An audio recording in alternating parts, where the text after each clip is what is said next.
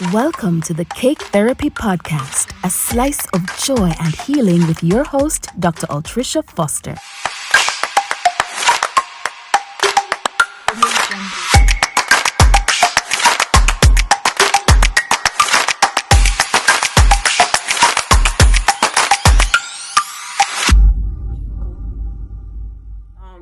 Hello, everyone. Welcome back to the Cake Therapy Podcast, your slice of joy and healing. Today's podcast comes to you from across the globe, and she's one of my favorite artists. And I'm gonna speak to her as an artist right now, and you'll see why. Because she transcends cake and other artistic forms and other art forms. So I'm just gonna call her the artist right now. So today's guest, um, she's a baker, she's a tattoo artist. She she has an amazing story and an amazing journey. And I want to introduce you guys to Miss Jade from Ivy and Stone. We have Jade Moore. Say hello to our listeners, Jade. Hello. Oh my goodness, that was so lovely of you to say. I'm so Yeah, thrilled to be here. It's an honor. yeah, we are happy to have you on. You know, when we first thought of Cake Therapy, the podcast, we Mm, thought of artists who can speak to young ladies because we I currently lead a foundation for girls who've been yeah, marginalized, who going through traumas of their own. And I want to speak to them about art forms, not just talk therapy, just other non-traditional art forms that speaks to absolutely. them or to help them work through their own trauma. And when I thought of that, I'm like, goodness, I need to have Jade here. I Thank do. you. Yeah, I knew I needed to have you here because you have an amazing story. I've watched your journey. I've Yeah, watched your journey, and I've had to be watching your journey to know that you would be ideal to be in this space. So thank you yeah. again for coming. Oh, thank you. I love the initiative that you're doing because like cake has been therapy for me for such a long time. So like it makes absolute sense to do it. Yeah, absolutely. Thank you. So we are going to start off talking about cake, and I'm going to Yes. read to you a review that we found in True Bride. It says, Hey. Jade is incredible. Her cakes are amazing, and she's worth every single cent. The quality of her work is not comparable to anyone else's. We found that on True Bride. Someone by the Wow. name of someone by the name of Haley left that message for you. But Oh my here's what goodness. I know. But here's what I want to say to our listeners.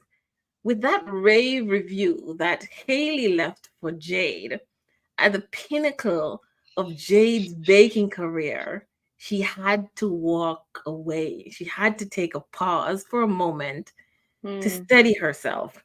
She's an artist and she's redirected her passion. So, really, let's get into it, Jade. Tell me, how are you doing? How are you doing? We've missed you on the gram. Tell me. I've also missed the gram. There's parts of it that I've missed because like having a community on there was like so beautiful for me, and that's the absolute best part I think to come out of social media and like cake decorating for me was that Hmm. community. But these days I'm doing really, really well. It's um very different for me to be in such a good headspace. Yeah. Um, like I've been consistently going to therapy. I have a new partner and he's beautiful. And I'm finally, I think, like figuring it out. Like I just turned 30 the other day Yeah. Happy and birthday. thank you. But yeah, I feel like I'm kind of settling into like this next phase of life where Hmm. um, I have figured out my priorities of what I want. So very like with the business before, it was very all consuming. There was no social life, there was no anything. It was pretty much get up, cake, go to bed, do it again. Hmm. And that worked for that period of my life, but it can't work anymore because I Right. will then lose the relationships that I have in my life. Like I've got friends who have just had kids and weddings are happening and this, that, and I need to prioritize my relationship and my dog and our family. So yeah, uh, it's kind of exciting to kind of come back into this space with more clarity Yes. of what I do and don't want. Mm-hmm. um, which has been really like refreshing to actually like go through that process and figure it out Yeah. and figure out what's the next step for Ivy and Stone Mm-hmm. slash me and my creativity in general. Yes. Yeah, but it's been good, and I'm in a really good space now, which life changing. Yeah. Yeah. Um, and I took the break because I was so burnt out. Yeah. Yep, absolutely. And sometimes a break like that is needed. And I'm happy to hear that you're saying now that you're in a much better place. But then Mm, what I'm also hearing is that you are still the artist. You're still yearning to create, right? I'm hearing that. absolutely. Yes. So, Yes. yeah. So, once an artist, always an artist, right? Your Yeah. story is so inspirational. And I can't wait for us to kind of dive into that conversation for our listeners to really see your heart and your soul in today's episode, because you showed us so much on Instagram. You showed Yeah. your heart and your authentic spirit and your soul when it was up, when it was down, and I want our listeners to hear you this Yeah. evening. So I love how baking, is such a heartfelt experience.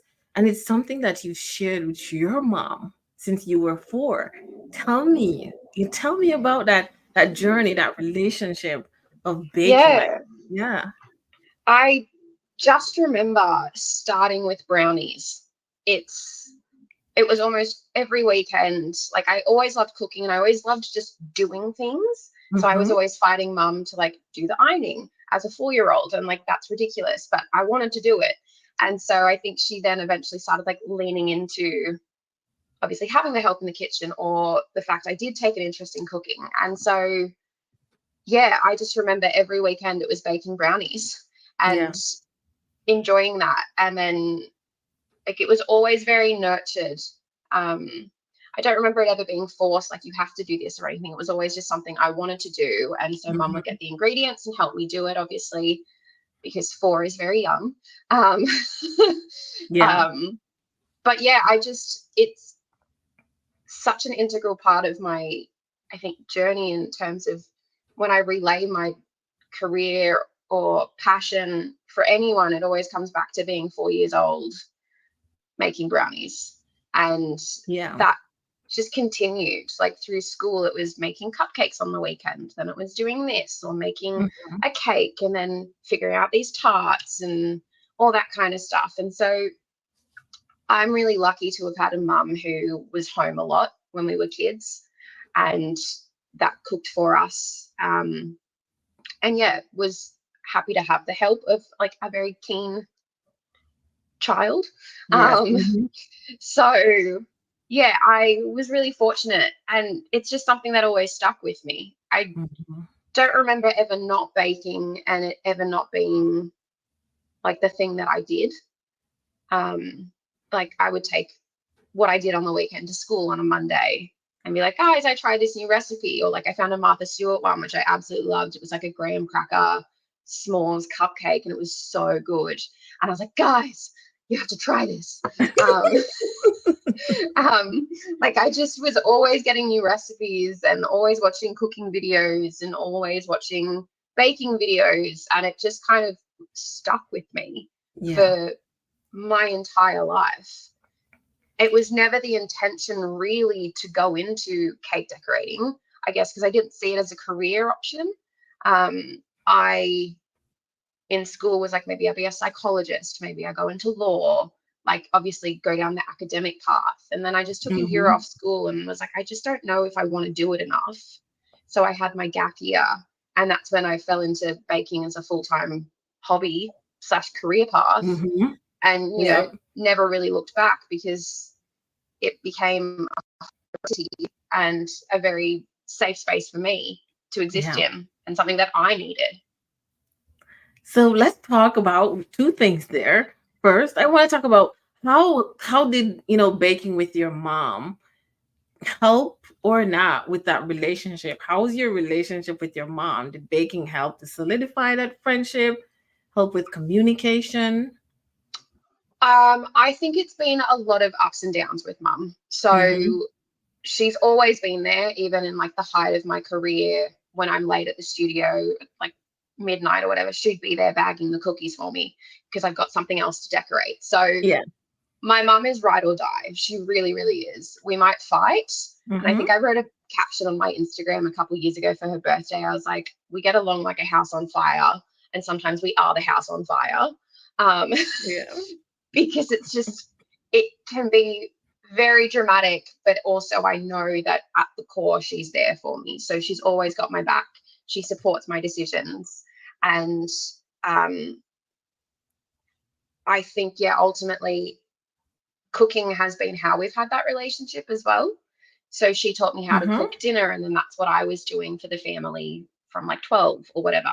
And it's always just been, food has been something that I've taken an interest in, and she's been able to show me because she's a keen cook too. Yeah. Um, so it's definitely, I think, strengthened us over the years. Like it's, especially the last few years, I'd say, like of stopping cakes and her understanding why and the necessity of stopping as well. Mm-hmm. Um, and really just like me coming into my own. So it's a really beautiful relationship as much as I get frustrated at her because, Yeah. that's life.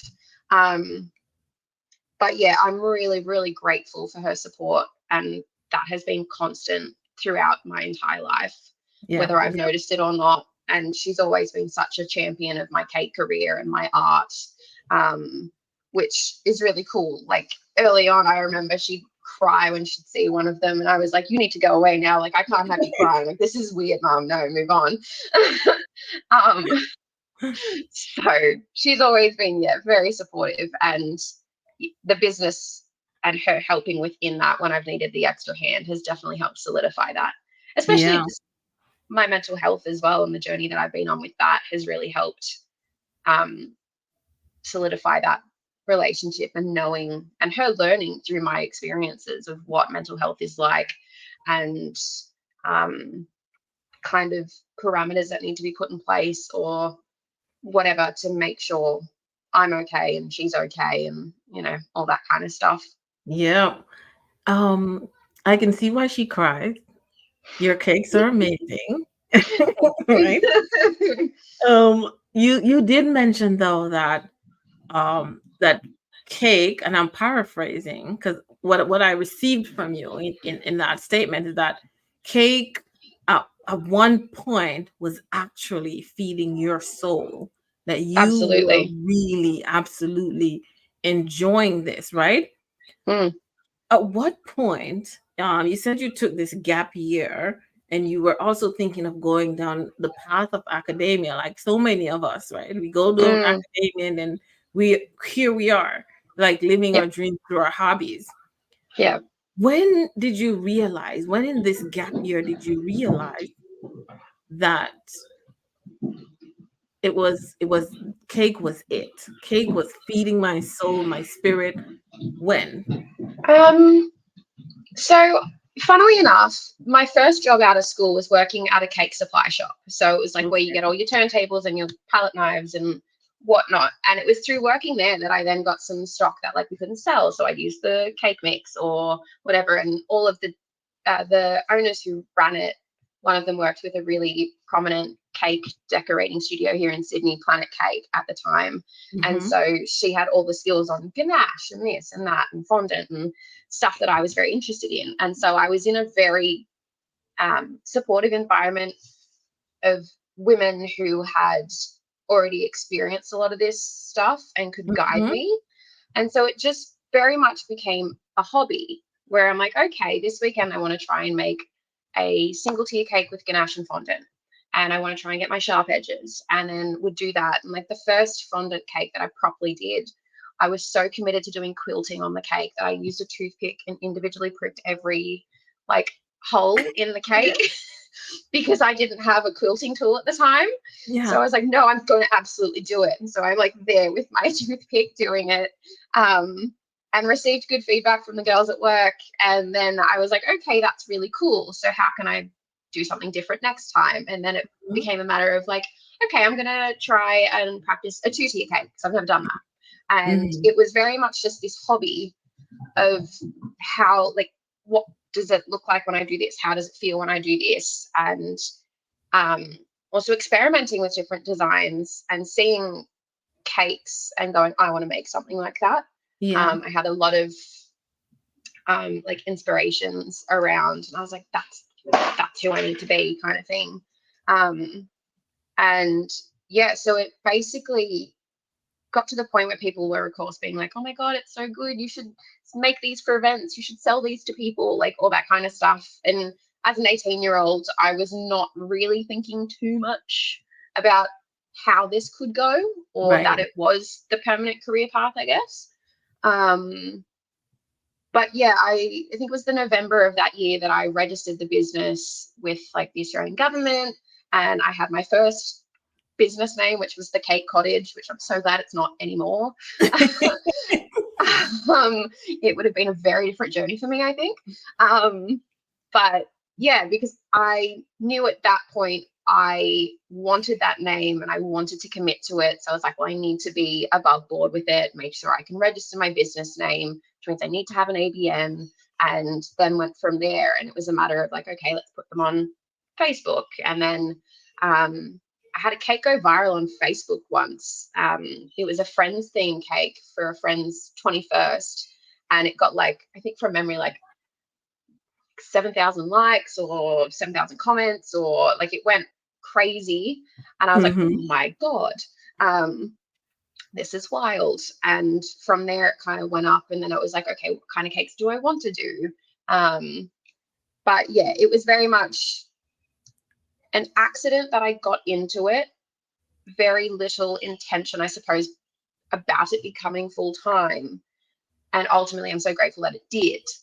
Um, but I just knew that I had a passion for it that I wanted to keep pursuing and go, how can I get sharper edges? How can I get this? How do I fix this when this Yeah. goes wrong? And then taking clients on who were willing to work with me in that early stage, like people who weren't friends of friends and just complete Hmm. randoms, where you're making the first cake for some Susan who lives down the street you've never met, and that's really crazy. And for them to Yeah. go well and them to like their cakes, crazy. Like it Yeah. was so flattering, and it always has been. Um, and yeah, it just helped continue that passion. And so I had a job for the first couple of years, so I was always doing cakes on the side. And then after I think like 3 years, it became the full-time gig. Yeah. Yeah. So the positive feedback, and I would say the audacity of Jade, right? To now recognize how good she is, made her decide to open her own cake studio. Tell Yeah. us about that. What age did you decide to own your own cake shop? Tell me about that leg of the journey, because to me So, it sounds fascinating. well, I have always been someone who's not recognized my successes as they happen. Yeah. Um, so I have been guided by my mum in certain phases of like branching out. Like it's no longer just at home. We need to actually get you a separate place because there's just no space here at home anymore. So um, sometimes it's just going, no, this is normal and blah, blah, blah. And it's like, oh, it's actually not. And we now have so many cake tiers that every surface in the house is, taken up by it. My parents are like, you need to not be here anymore. Um, so I found this beautiful studio space, which funnily enough, like it's all very, I feel like my journey is all very mental health based as well, in terms of like when my mental illness really kicked in about 2015. It's when I ended up having to quit my job because I just couldn't leave the house without having a panic attack. And I didn't know that that's what was happening at the time. I just thought I always felt sick and nauseous and whatnot. And so I was like, I just don't know what to do. And so Mm-hmm. that allowed me to do cakes from home full time. At that point, it wasn't crazily busy, but it was consistent. And it meant that I could focus on that. And it still gave me something every day to focus on when I wasn't doing well. Yeah. Um, and then as I was starting to progress with my mental health and like starting to go out of the home again, there was this new cafe locally to me that I started going to weekly, maybe a couple times a week if I could, and try and just be there and stay for an hour and then go home. And, I did my big chore for the day. And it was in going there that I came across this studio space that I saw, I think it was December of 2015. And I was like, this is a gorgeous space. It was all white, and it had white floorboards and white brick, and had a little sink set up and this and that. And I was like, this is so beautiful. And there was an archway in it. And I was like, oh my God, I love it. And so I think we just kind of looked at it, but it had just gotten a tenant in, I think, the January of 2016. I was like, that's fine, not a Mm-hmm. problem. So continued doing my cakes. They were blowing up. I was having, like, I would some weeks have like 20 tiers just on my own, which is a lot for someone who didn't fully know like their limits. Because I went from not being able to do a lot of work to kind of putting all of my emotional energy and anxious energy into working around the clock, because it was the only thing Yeah. that kind of kept me going at that point, where it's like it's giving me focus, it's giving me purpose, it's giving me distraction. It's like I might feel sick or I might feel anxious, but let's not worry about that right now. Put on a TV show, decorate your cake. And so yeah, so it was just like starting to overrun the entire house. And then that studio just happened to be up again for lease in the December of 2016. And so mum inquired on my behalf, and she went guarantor with me at that point. And yeah, we basically got the keys. I think it was like almost to the day. I think it was like I took a photo of the studio on the 6th of December 2015, and I got the keys the 5th of December 2016. It was like this manifested moment almost of like, that has to be the one. Yeah. And somehow it all just kind of worked together, where my business was then ready to leave the house more appropriately than it had been the year earlier, where every week is consistently orders, like Yeah. 4, 5, maybe 6 orders, maybe more, you know. And yeah, so that the push from mum, because I was so scared to get out of home, and I'm like, I don't know, this, that, the other. And she's like, no, no, you're doing it.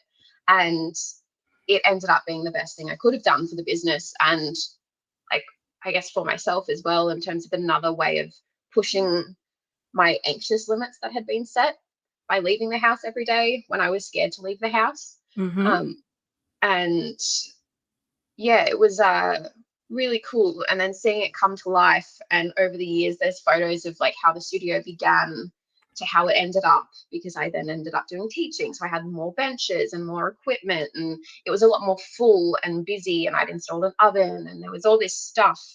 And it was really cool, because it's like definitely that glow up of like, here's this small little business that's starting. It's like the one that can. And then it's like, here's how we've gotten, Yeah. And a lot of it for me feels like I didn't really do anything, where I just feel very privileged in the sense that I happen to have a successful business, Yeah. and I got to enjoy making cakes for people. Mm-hmm. And yeah, so it's something I still struggle with, to kind of recognize that I am the proponent of its success, because without me, then it wouldn't exist. But I also put it down to the fact I'm like, oh, well, I can just resonate with people differently, or I don't know, like, it just, I can play it off very easily. And I've always been impressed by people who go to uni, and then people who go to uni are like, but you run your own business. I'm like, yeah, but that's not that Yeah. impressive. I was like, you go to uni, you're using your brain. It's very clever. um, so it's always been a bit warped for me. Yeah. Um, but by having space from it in the last few years, and even like my new partner who came along 6 months ago, and telling him kind of the story of my business, he's like, this is phenomenal.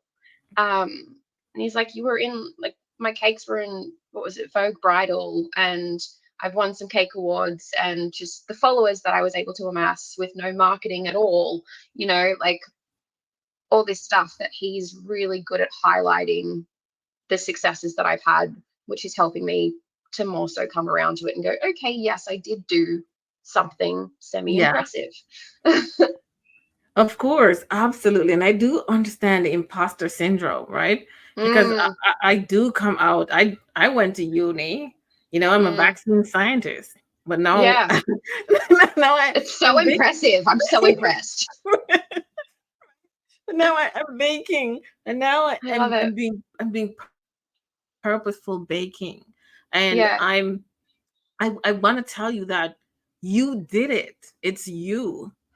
thank you. It's you, Jade. Like, you are Ivy and Stone. There's no Ivy and Stone without you. You There are it. isn't. Yeah, thank you. Yeah, you are definitely it. So tell Thank me you. though, you've amassed thousands, hundreds of thousands of followers on Instagram just Mm, from your cakes. You mm, mentioned that you've been published, right? yeah, Everyone knows Jade. Everyone knows Ivy and Stone. yeah. I would like to ask you about running this business, because this cake business is really not an easy feat. It's not an easy thing to do. Not How at would all. how would you describe your personal entrepreneur journey? What has been some of the challenges for you? Um, so I guess to summarize it as a whole, I would say it was all consuming. Sometimes that was a good thing, sometimes that was a very bad thing. Mm-hmm. Um, but the momentum that kind of picked up, it just became it. I think it's also that very much you're not working on the business because you're so in the business. Yeah. Because I was the one doing the emails, making the cakes, delivering the cakes, like all of that. There was no time to stop and have that perspective of like, whoa, look at where we're going. There wasn't Mm-hmm. really even, like I've mentioned it before, I think in other interviews about it kind of like it became bigger than I ever thought it could have, and probably Mm-hmm. bigger than I ever would have dreamed for it to become. Yeah. So that to me is massive and surreal. And I'm like, I don't really understand it, but I'm super, super grateful. Um, but yeah, sorry, I forgot the question.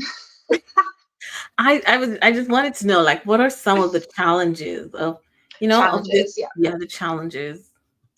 Look, yes, like I said, it was all consuming. So a lot of the challenges are losing, like, or not prioritizing your life outside of work, um, and losing time with friends and family. And like for me, part of that was mental health, but part of it was also my schedule. Like Mhm.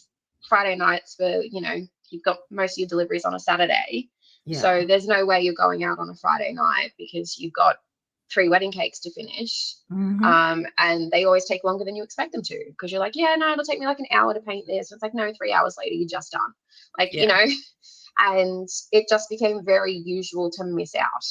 Yeah. Um, and I think I'm realizing that more and more at my age, where I'm like, there's such a level of FOMO I have for like my 20s being taken up a lot by mental illness and business. I think had it Mhm. been one or the other, I could forgive it a little bit. But there's moments nowadays where I'm like, I haven't done anything in my life. It's like, well, I have. I've just had a different path to other people. Like, not many people started a business at 18 and had it become massively successful to the point that I'm still relevant after like 3 years off, um, which I think is crazy and Crazy. absolutely insane. Yeah, it's something, yeah, like I said, my partner and I talk about. We're just going through some marketing stuff at the moment. And for him, it's like, yeah, you're still relevant. You haven't even, like, I'm not as relevant, obviously, but I was like, there's still such a name recognition, um, which is crazy. And even to the point that, so I moved back home with my parents July of last year after I went through a breakup. And just my local town that I live in, someone recognized me from Instagram and she was like, and how are you doing? Like, she's like, I was such a big fan of your cakes and this, that, the other. And she's like, oh my God. And I just wanted to check in, like, how are you? And I Yeah. was just like, oh my God. Like, I haven't really showed my face on Instagram for 3 years or something. It's been so haphazard. And yet Mm-hmm. this person still recognized me, and it was able to open a dialogue of, how are you actually doing? Yes. Are you okay these days? Because people were Mhm. so aware of my challenges. Yes. And it also then allows me to come back and say the same, going like, and how are you? Mm-hmm. And they feel safe to talk about their mental health, Yeah. or, you know, open up about that stuff. And I think that's the best thing that's ever come from this, is people Mm-hmm. recognizing me and being like, oh my God, I know, like, I also have anxiety or whatever. Yes. But yeah, that relevance is insane to me. And um, yeah, so that's definitely not a challenge. So I've completely gone down the wrong path here. But um, losing too much of yourself to your business, I think, is really hard. And um, not fully having the time to work on it. But I think, yeah, a Yeah. massive part is just kind of becoming the business, no longer being Mm-hmm. your own person. And it's Yes. like, oh, like every event I go to, oh, and you're the one who makes cakes. Yes, I do. Mm-hmm. Yes. Like, that's what people know me for consistently. It's like, Yeah. oh, you the one that does this. It's like, yes, I am. Hi. And then it's all about that. So you do Mm-hmm. lose, or I did lose, a lot of my life to cake. Cake. And Mm-hmm. that was kind of like, the way I see it, that's the way it had to be, Mm-hmm. for my personal survival. And it also just became the most therapeutic way for me to express myself. Like, the decorating was always obviously the favorite part. And the longer I went into the business and the more people trusted me to do my own thing, it became even better, you Mm-hmm. know? Um, Yeah. yeah, really, really cool. So you know what? I'm a fan, right? And Mm-hmm. what I love is not just relevance, Jade. It's impact. It's Mm, impact that you've made, because it's impact because when you haven't posted for a year and a half, Jade shows up, everybody gets excited because yeah, everyone wants to know, one, how are you doing, and two, when are you coming back, right? I That's know. exactly. So I think everyone's like really rooting for you because of the impact that you made in the industry itself. Mm, And then because you were so authentic on the yeah, space, you were willing, you were so good at what you do. You are so good at what you do, but thank you. yet you are able to show up as you, as your authentic self. And you showed up as your authentic self in an era when people were beginning to recognize that mental health is something that you need to take stock of. The Yeah. message was becoming loud and clear to everyone that, listen, you need to take stock of your own personal mental health. And Jade is experiencing it, and Jade is saying, you need to do it. You speak so openly about your personal struggles of mental health on Mm, Instagram. Some of us would cower, right? Some of us are yeah, afraid to be as open about our experiences. And absolutely. yeah, the thing about why I love is that you didn't glorify this, you didn't idealize this, you weren't even a victim to this thing. Talk to us and our listeners. At what age did you discover that you were having mental health challenges, and how did cake exacerbate that? Mm. So I was 21 when it kind of came to be what I call a full-time job, of Mm-hmm. being so anxious, um, where it's like life completely changed, and there was no, the way I kind of shifted my life at that point. Or there's like the two eras: there's the before mental illness and then the post mental illness. Mm-hmm. Um, because for me, it was such a drastic change. It was day and night, just couldn't leave the house anymore. Yeah. And it was something that at that point I didn't know a lot about. Like, I, looking back over the years, absolutely know I've been anxious my entire life and have had moments of OCD, or, experiences of all that stuff, but it's never been as problematic as it became. Like, it wasn't disruptive to my everyday or whatever. It's just, it would have its moments for a week or so, and then it would go away and life would resume. And yeah, so it becoming a full-time thing was difficult, and then was going to the doctor for a whole bunch of things because I'm like, am I just like sick all the time? What's going on? I don't know why I can't leave the house. Like, oh, my tummy hurts and all this kind of stuff. And it wasn't until I think one of my mum's friends was like, I think it's anxiety. I was like, okay, and what is anxiety? um, Mm-hmm. not really knowing a lot about it. And I think that's kind of what emboldened me to talk about it as well, Yeah. because I also wasn't aware there was such a stigma around it. So it was I this, see. yeah, it was this really interesting thing for me. I'd run into like one of my sister's friends at the shops and they're like, oh, how are you doing? I'm like, yeah, I'm not doing well. I've got a lot of anxiety. And I didn't realize that that's abnormal. Like you'd be like, that's something that most people hide. In my head, it's just a medical thing that at that point was assuming would go away, where it's like, oh, it's the season right now, and with some treatment, blah, blah, blah, I'll be fixed of that. So yeah, it's just something I was always open about for some reason. And yeah, absolutely not having any stigma around it or not realizing that that existed, I think is what Mm-hmm. helped me push the boundaries of talking about it. The lack of sleep in the business definitely exacerbates mental health struggles, Yeah. um, which is why these days I'm so big on advocating for downtime and for not letting the business kind of rule your life, because Mm-hmm. as much as I like to think lack of sleep is not impactful, it's massively impactful. And even when I was working in a cafe last year, early mornings for me, like I just can't do it consistently without absolutely losing my mind, Mm-hmm. or just becoming more depressed and more anxious or more easily triggered and stuff like that. So as much as it did hinder in that instance, it was definitely the saving grace and the thing that pulled me through all of my mental health struggles, or majority of them. It contributed, of course, but at that time there was definitely more positives to come out of it. Um, so I'm really fortunate in that sense. Oops, sorry, notifications. Um,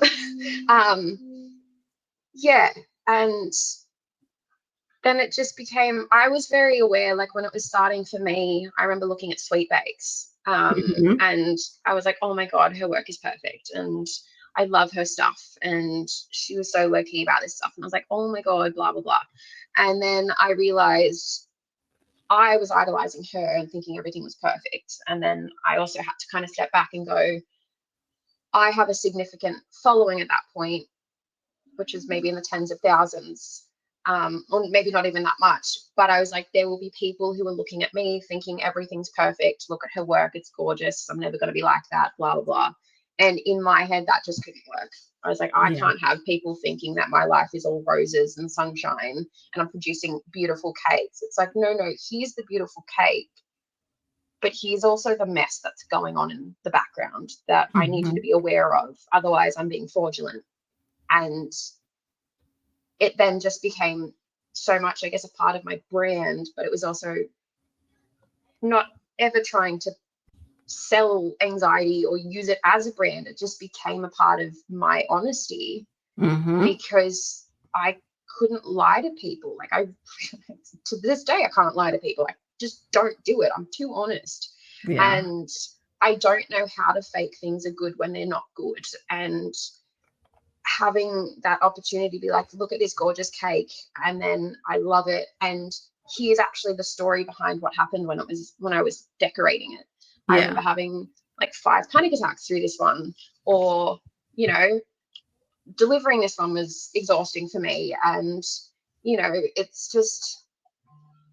it was just as honest as it needed to be, Yeah. and the only way I kind of knew how to do it. And I knew there was a lot of shame I had around my own personal illnesses in my brain, like Mm-hmm. not knowing completely what was going on with my OCD, and knowing that it was OCD and thinking it was something else, or, all this stuff. And I'm like, if I'm ashamed, like other people are going to be ashamed of theirs. And it's like, you can't know what's going on unless people talk about it either. So it took Exactly. me, I think, about 2.5 years to figure out the kind of OCD that I had. And when I discovered what it was just through some online article that I read, I just burst into tears and I was like, oh my God, this is what's wrong with me. I didn't Mm-hmm. know that this was a thing. And it was, yeah, insane. So I'm like, well, that's what I need to be for other people. Because it's like, if you don't know it exists, you don't know that you're sick. Yeah. And vomiting and actually knowing like emetophobia is a thing. And then people would message me online and be like, oh my God, this is what I have. So it was eye-opening for everyone. And it just became easier to talk about it because I know it was helping. Yeah. And it became a bit of a coping mechanism for me to talk about it. But it was also very much, I want to create that safe space for other people to talk about it. Like, also being highly aware that when you're a sole trader in like a cake decorating industry, you're on your own a lot of the Yeah. time. So your brain goes constantly, and we don't have the support network of being able to talk to our co-workers or bounce off ideas. Like, you're alone for so long that Mm-hmm. I'm like, you need to, like, we need to heavily focus on the idea of a community and Yeah. seeking that and finding that somewhere, even if that has to be on an Instagram, you know? Mm-hmm. Yeah. I think it's courageous. I think it's noble, and here's why I'm gonna say it's noble. Because Right. you could have easily shown the Instagram side, because Mm, everybody shows the best version of what's going on. But yeah. you saw that there was a need to be able to be open and honest because you recognized your influence, right? You Mm, were a cake influencer at the time. And there were so many other people who were looking up to you that you knew then you had to use this platform to shine some light on what's going on. So yeah. kudos to you. Let's talk about your mood Thank boosting you. cakes. Where tell me about with the positive affirmations, where did that Mm. come from? What were the ideas behind It was so long ago now. that? I think it was just those random affirmations you'd maybe see on Instagram in like a post where it's like, you look good today. And it's like, Yeah. oh, cool. That's really sweet. But like, put that on a cake. Like, it's not, it was a fun version of a cake, fun for me to experiment. And then also put out encouraging messages in the medium that I like make and use. Mhm. And it became a really cool thing for a while where it's like, yeah, like, you are magic. Um, and I think it was for me to like, I could recognize that other people are these amazing human beings who deserve the best in life, but could never recognize that in myself. Mhm. And that it's like, no, no, I'm the sacrificial lamb. I'll take the burden for everyone. They need to have a better life. Like, they deserve it. And for some reason, in my perspective, I didn't deserve it. Um, and making those cakes was at least helpful in the sense to see it from my perspective, but then to also, again, it's that like championing others, where it's like, you're going through a shit time, but like, here's a really cute cake that's actually like yum, and also you are magic, you Yeah. are like this good human, like, the world is better for you. And I think trying to break through in that sense as well, where I know how bad depression can be, where you're like, oh, I don't really, like, people don't really need me here. And it's like, yeah, but like, we do. And your Yeah. presence will be missed whether you think it or not, and we need to make you see that and Mhm. realize that. um and you know, who doesn't love an encouraging cake?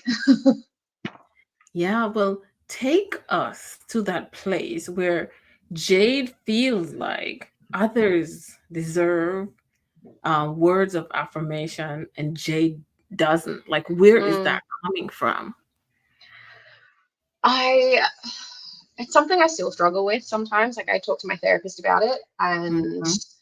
um, I don't always know why, um, that I can be that harsh on myself. But I've always been a very strong critic of myself from, I think, the get go, which is why I can get good at a craft, because I'm like, no, no, you need to do better. Here's how you do better. Mhm. Try it again. You need to do better. And that never came from my parents. Neither of them really cared if I was, successful or anything. But it very much, I think, just became, part of it might be deflection. It became easier to focus on other people and go, no, you absolutely deserve to be here. People absolutely enjoy your presence. You need to be here. The world is better for you. Like everybody, and even just breaking it down to like the microcosm of like every single human, I believe, has a purpose, or Yeah. to the point that you remove one cog in the system, like that doesn't affect no one. That affects Mm-hmm. people. And in so many different ways, whether that person realizes it or not. And yeah, so I think very much the deflection of making sure people see that, because I know I couldn't see it at that point, but I'm like, but you need to know that that's like you're necessary to the ecosystem, Mm-hmm. Mm-hmm. and people are better for having you here.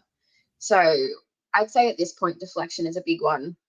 And I'm slowly over the last couple of years, like really working through my depression with my therapist, and especially like how impactful it was through COVID, obviously being such a rough time, with all the lockdowns and everything, and so many mental Yeah. health challenges that came up because of that. Like Mm-hmm. slowly working through it and going, no, like I do deserve to be happy. Yeah. I do deserve to be loved. And like why not me? Why not Mm-hmm. me? I can't give a great reason for it to not be me. Yes. Um, like it's like, what, not me because I don't like me? It's like, yeah, but that doesn't matter. It doesn't matter at all. Other people Yeah. beg to differ. Other people like me. Like I have friends for a reason. Like there's something that I provide that's good. And I think, yeah, especially getting older and getting out of a bit of a shitty relationship last year and getting into a really good one now with someone who's also very open about their mental health, who also goes to therapy, who's also been through his shit. Like, Yeah. it's like, oh, actually, we kind of do deserve to be happy. Like, we've gone Mm-hmm. through enough that, like, why can't life just be slightly easier? Yeah. And nowadays, especially, I think getting to that position in my life, like, I look back at the really depressed Jade who was suicidal, and it's like, well, she's finally happy. Mm-hmm.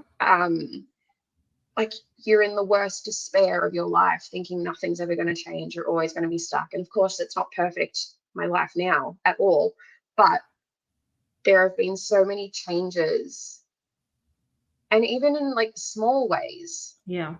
that you maybe don't even recognize them helping you. But there have been, yeah, so many changes that I can now literally walk around these days and be like, yeah, I'm happy. Yeah. And never ever thought that was going to happen, ever. Mm-hmm. I thought that was impossible. And some days I'm still very nihilistic and very existential because that's who I am. Right. But meds are really helpful, and having good people, good people in your life around you who let you be you. And, you know, as much as I can resent being alive sometimes as a human, there's a lot that we can do. Like Yeah. in amongst all the day-to-day chores and things that you have to do, you can also make fun. Like there's a lot out there. Of And course. for me, that's creating through different mediums as well. Like I love painting and drawing, and at Mm-hmm. the moment I'm exploring my woodworking phase. Oh, So you are. I've got my jigsaw, I've got my drill, I've got a Okay. sander, I've got all this stuff. Yeah. So when I was with my ex, I made a dining table for us because I was like, well, we can't find the one that we like, so I'm just going to make a dining table. Okay. Um, very random, but I learned that I really like woodworking. So I'm in the middle of making for one of my partner's friends a cornhole boards to play Okay. cornhole, like regulation size cornhole. Mm-hmm. So I'm in the process of doing that. Like I had to make a frame, and I've had to do this and do that. And I was like, wow, I'm Mm-hmm. learning. And then it also sparks all of my creative juices, because talking with my partner the other day, like learning different mediums helps me create different cakes Mm-hmm. and go, oh, I can do this with like gyprock, or I can do this with wood, or I can do this with whatever. Can I do that with fondant or Mm-hmm. ganache? Or like, how can I express this? Like painting on cakes became a very cool thing for me because I just love painting. So, Yeah. why not do it on an edible canvas? Mm-hmm. Um, So yeah, I'm in such a good place now where every day is not the chore it used to be. Yeah. And some days I have my lows, absolutely. Like, especially I find it to be quite linked with my hormones. So Mm-hmm. pre or post period is very much when I'm in my lows. Mm-hmm. Um, but it's very much trying to take every day at face value. Like today was pretty shit, and that's okay. I Yeah. can't figure out why my mood's not good. Can't figure out why I'm such a negative Nelly or why I'm just overreacting about something. Hopefully it's just today, and then tomorrow we try again. And Yeah. then it's, yeah, trying to just do the one day at a time thing. And, Yeah. you do get there. I am very much a strong advocate for medication as well, Mm-hmm. as someone who resisted it for such a long time. My life has absolutely changed through being on it. Mm-hmm. Um, like I never could have gone out dating and meeting people, and I never could have. There's just so much I wouldn't have been able to do Mm-hmm. that nowadays I do, like very small things that used to be very difficult for me, but it's no longer. There's no second guessing. There's no anxiety to come around that choice that I made. Yeah. Um, Mm-hmm. it's just, yeah, it's so good. And therapy, obviously, therapy will Yeah. And always go. therapy. I'm Talk proud of about it. that journey. I'm proud of that journey, and I'm proud that you're willing to walk through it. You've recognized that you needed it to be able to be Mm, your best selves, right? mm, And mm, I hope that you eventually get to a place where you are convicted, that Jade is Ivy and Stone. yeah. She is a backbone of it all, and she's good at all of these things. She has art, and she's using it to work through Mm, everything that she's going through and has been through. And mm. I want to be a visionary, from a fan, one. And yeah. And I think I've mentioned fan like maybe 4 or 5 times because I really am a fan of your work. But I from appreciate it. One of my yeah, cake friends, or one of the friends I met through caking, she's like, "Well, I started as a fan, and now we just hang yeah. out." And the women and the bakers you influence, um I would say it's a huge responsibility that's placed on your shoulder because of Mm, what you represent in the space to them. mm, um you've closed the curtain on cakes for now. yes, for You now.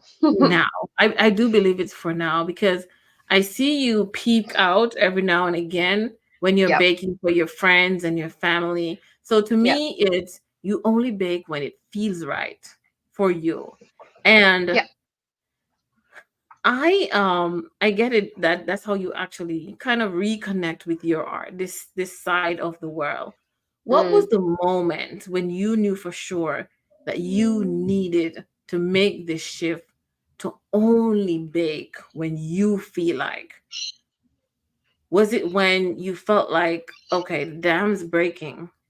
I can't leave the house. I'm overworked. Like, talk to me. Like, when was that moment when you decide, okay, I still love baking, but I'm gone. Peace out. Mm. So it was in 2019, I know, when I was very overwhelmed. Like, my mum was in hospital at that point, recovering from a double knee replacement. And I was super busy. I think I just started running classes and doing orders and all this kind of stuff. And I had been umming and ahhing for a little while about, like, do I creatively want to keep doing this? Or even not just creatively, but academically, like my brain was looking for something else, or just I needed something. And at that point as well, my physical body was ailing. Like I'd had stress Mhm. fractures in my spine in 2019. And that then led to bulging discs in 2020. That, like, physically, I couldn't keep doing it. And emotionally, that was taking a toll on me as well. And I just knew I didn't have the enjoyment that I used to have. So when you're putting 90 hours of work in a week, that's a lot for one person. Yeah. And if you're not really enjoying any part of the process and it's all feeling like a chore, then it's like, well, it doesn't really feel like it's for you anymore, does it? Mm-hmm. And I know that I had to make sure I wasn't continuing to do it because I had a following and felt like people expected it of me. Mm-hmm. And I knew that I had to put myself first in that instance, because I'm like, I just don't want to do this anymore because I've lost so much of my life. That was the year that I started going on medication and started having a life outside of cakes, and then just going like, this is so much and I can't maintain this. Physically, my body's saying no. And I know I'm Mm-hmm. getting to a point where if I keep going, I'm going to hate this industry and resent it. And with the work I had to do through COVID, I almost got to that point where I'm like, I really, really fucking hate this. Yeah. Um, a lot of that is chronic pain, and a lot of that is because, you know, what else do you do in a pandemic? Like, it's kind of hard to figure out Mm-hmm. other things. Like, you're not going to get a job anywhere else, are you? So there was, yeah, a lot of uh, just like heartache around having to do it. I was just like, I just Yeah. can't keep this up. So definitely took my break once I finished all of my orders. I think it was 2021. I fully stopped, Yeah. and I don't think I really made any cakes until last year. So it was 2023. At no point in that break did I miss it. And I like didn't miss making cakes, didn't like anything. It was Yeah. really crazy. I just know I really needed a massive separation from it because I'd been such a part of it for such a long time that I was like, I need to just not look at any of it. So Mm-hmm. at that point, I was very much like, let's sell the name, let's change the name, let's get rid of all the tools, let's get rid of all this stuff. I never want to bar of it again. And like, I've got all my cake and stuff there in the corner that's like piled up, and a lot over here as well. And I've got stuff in storage. So I got rid of some stuff, but not all of it. And I'm Yeah. glad that like my laziness in getting rid of it paid off, Yeah. because I'm at this point now where, yeah, I'm making it for friends. And I also knew that I would eventually, like, I was always planning on keeping enough of everything so that when my best friends get married, I can make their wedding cake. Because I know I'd be like Mm-hmm. so jealous if I didn't. I'd be like, no, no, you can't have anybody else. It has to be me. I don't Yeah. care. Like, it has to be me. And my friends are lovely enough and love me enough that they're like, but you hate making cakes. Like, we don't want to do that to you. And I'm like, yes, but I love you more than I hate making cakes. Okay. And so Mhm. I was like, I have to do it. And so yeah, that's actually been really helpful in the last little while. So last year for my friend's like 30th, and then her baby shower, my sister's 30th, even like my 30th this year, I made a cake, Yes. which is crazy. And my boyfriend's birthday last year, I was like, yeah, I'm gonna make you a cake because I love you. Like, it's what I do. Yeah. And it's in those instances where you kind of come back to like, okay, I do enjoy doing this. I love having creative freedom, and I like experimenting with different things. So a friend of mine loves buttercream, and I typically hate working with it, but she's like, but it tastes yum. I'm like, well, I love you, so you get buttercream. Um, Mm-hmm. so then experimenting with different styles of doing that, and do I enjoy doing that, and what parts of making cakes do I enjoy and what don't and it's been really helped to kind of discern parts of it I'm willing to do again, and parts that I'm like, no, no, that's a hard boundary for me. Yeah. Um, but yeah, to be able to partake in my friends' events, like, it's so cool. I'm Mm-hmm. always so grateful. It's the burden of making a cake doesn't really exist like it used to. And Yeah. it's like, no, no, I'm happy to do this for you. I know it. I can do it. Here's the thing, you know? Mm-hmm. Um, so it's been really good to kind of get the juices flowing again. Yep. Um, and really recognize like, oh, maybe I can do this with cake, and like seeing stuff kind of being on the precipice of the industry. Like, I look at it here and there, but I don't really pay too much attention to it, or haven't for the last little while for obvious reasons, just trying to get out of it. Yeah. Um, but and also looking at other forms of art, I find to be super helpful, Mm-hmm. because that's how I work best, is to kind of Yeah. translate different things onto it, as opposed to like, oh, that's the trend, let's make that happen. It's like, no, no, like, we're going to do something else. Um, Yeah. Yeah, it's been really nice. So like this podcast kind of came at the right time as well, where I'm actually getting back into it. Yes. Um, I'm figuring out whether I'm taking orders, parts of the job that I like, Mm-hmm. products again. Um, but ultimately having a space online, like we've talked about, I still have one Yeah. with a significant following. And I really want to get back to like mental health focus as well, because Mm-hmm. I can I even can go, you I go. can tell. No, I can tell they're waiting. You Yeah. know, they are I waiting. know. I know. That's the thing. I get DMs, and when I make my random pop ups, people are like, "Oh my god, I miss your cakes," or "What are Yeah, you like? When are you coming back?" And for a long time, I didn't think I would come back, but I'm now at the point where I'm like, "Oh, yeah, maybe. I think I will." But it will be very different to how it used to be. If I'm Yeah, taking orders, it will be very exclusive, and I think I'll also start offering other forms of art. You yeah. know, Okay. like whether that's tattooing, or whether that's um Woodworking. commission artworks, Yeah. woodworking, who knows. Mm-hmm.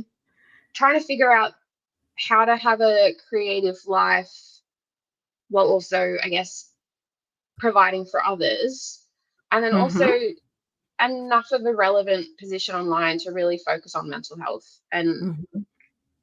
like it's just so important to me, and I love the community that I had. And like I got a message from my cousin's husband the other day being like, "Oh, I'm talking to like a local caker, they're like 3 hours away," and she mentioned how much she loved your cakes and like how much of an inspiration you were to her starting her business. And Mm-hmm. it's just like, oh my god, like Yes. all these years on, there's still these connections and random moments of like, oh, this person knows you and is grateful like for your cake journey because that helped their cake journey or whatever. Mm-hmm. Mm-hmm. Uh, so yeah, I really would love to somehow get back into the online mental health community and just kind of catch up with people, because there's so many people that Right. I know through the industry or through just talking about mental health, where you have enough like DM chats online, Yes. or all this stuff, and it's really cool. And even to this day on my personal Instagram, there's people who message from my cake account, or like who Mm-hmm. followed my cake account who now follow me, Yes. and they've consistently been there for what, 6 years, maybe Mm-hmm. longer, where it's like, oh, I know that person, I know Yes. that person, oh, they're always super supportive, like they're still here. So let me say, as we're winding down, Jade. Mm, At the top of this conversation, I mentioned to you the Cake Therapy Foundation, where I'm really doing this purpose baking for yeah, girls. yeah. I am asking you to speak to the girl. Mm, Speak to the girl who hears Jade at this moment, who's going through some shit and doesn't know what to do. And then speak to the mm, girl who wants to start a business at 21, yeah. right? In this moment. Yeah. Mm. Um,